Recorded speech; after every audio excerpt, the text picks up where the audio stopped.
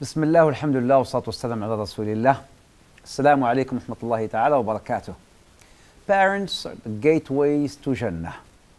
Allah subhanahu wa ta'ala in the Quran, in many ayat in the Quran, when He talks about His tawheed, His oneness, He mentions, honoring the parents.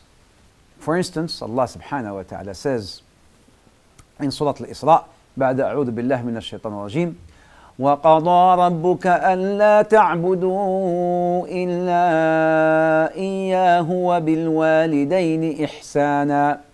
Allah has decreed that you worship none but Him and that you be good to your parents. In Surah Al-Baqarah, Allah subhanahu wa ta'ala says, وَإِذْ أَخَذْنَا مِيثَاقَ بَنِي إِسْرَائِيلَ لَا تَعْبُدُونَ إِلَّا اللَّهَ وَبِالْوَالِدَيْنِ إِحْسَانًا. We took covenant from Bani Israel that you worship none but God and that you be good to your parents.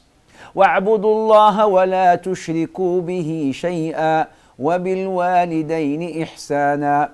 In Surah An-Nisa, Allah Azza wa Jalla says, and worship Allah and do not associate anyone with Him and be good to your parents. So right after Tawheed, right after talking about the oneness of Allah subhanahu wa ta'ala, to show the importance of obedience of the parents, Allah mentions it in parallel to His Tawheed. The parents, gateways to Jannah.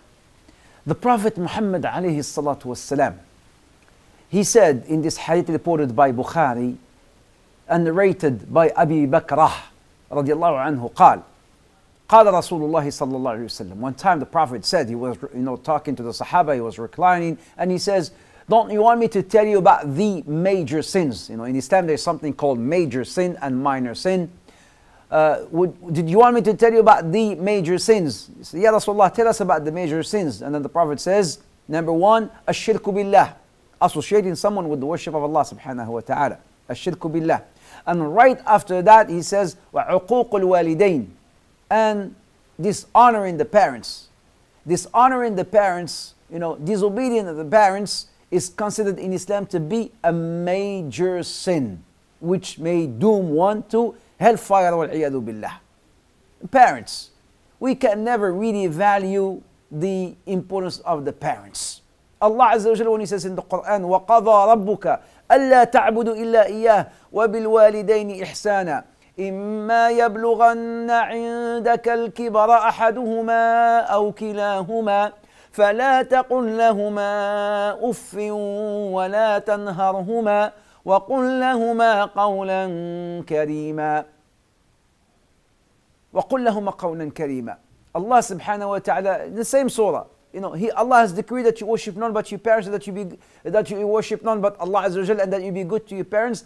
إما يبلغن عندك الكبر أحدهما أو كلاهما. When they reach an elderly age, and here's the thing, when they're young they can look after themselves, but then when they reach that elderly age, when you may complain that maybe they talk too much, maybe they complain too much, they're not happy about anything, they get involved with anything, they just don't know how to eat and whatnot, that elderly age.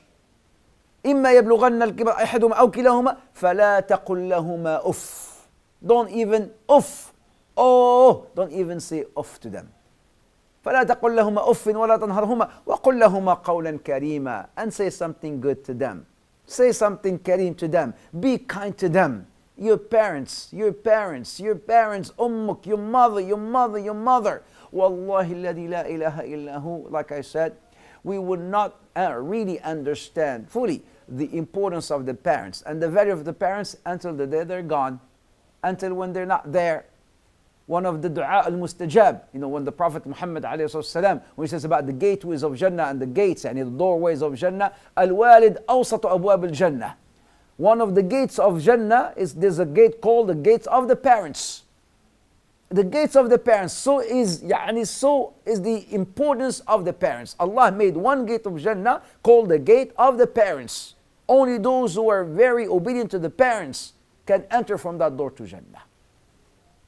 Came this man, Ya Rasulullah, who should be my best friend? Very well-known story. When the Prophet told him, your mother, who else? Your mother, 3 times, and then he said the father.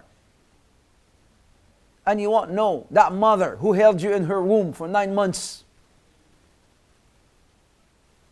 endured all the pain of, of labor at the end. She gave up her dreams for your dream. A mom, who can do something like that other than a mom? She gave birth to you. And then she nourished you, breastfed you. You got sick. She used to stand up the whole night looking after you, your mom, and making dua for you and crying. She would feed you before feeding herself. Maybe she was hungry, but she gave you that bite before she gave it to herself. Maybe she was cold. She gave you that blanket before she gave it to herself. Naam, she gave up her dreams because of your dream. Maybe she needed that 5 pounds or 10 pounds or 100 pounds and she gave it to you. She says, I don't need it. You need it. You take it. A mom. A mom. The Prophet says, your mother, your mother, your mother. That same mom which you have broken her heart so many times. Abdullah ibn Mas'ud, when his mother told him, I'm thirsty, he went to get her some water. By the time he came back, her mother fell asleep. He stayed the whole night holding that glass of water. When he feels tired, he sits down. His mom is asleep. He does not want to wake her up. And then when he feels asleep, and then he stands up again. The whole night until his mother woke up.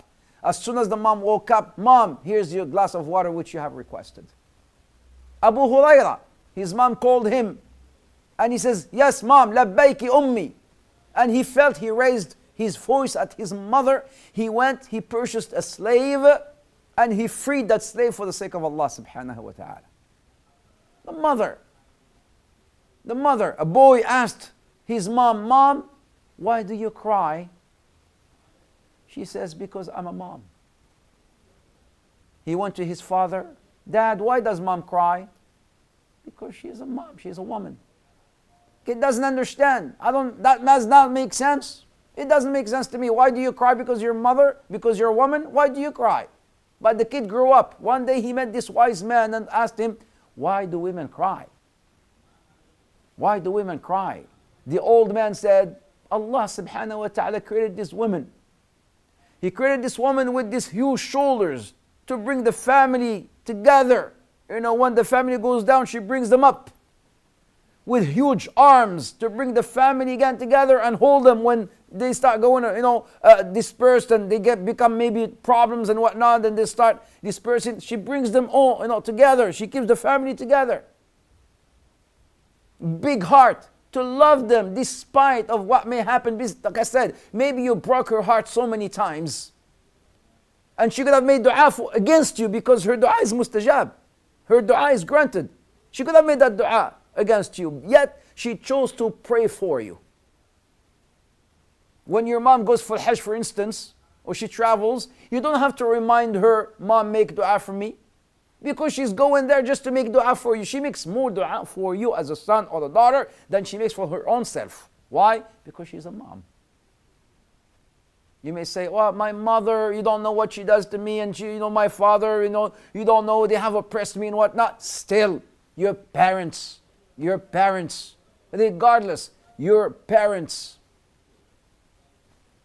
Give them their rights, honor them. If they're not giving you their rights, ask your rights from Allah subhanahu wa ta'ala. But give them their rights. Why do women cry? And then he says, because at the end, yes, she has that heart, but she's a human being. Allah gave her those tears to release that stress and the pain. Respect the tears of women. Respect the tears of your mom. Don't break her heart.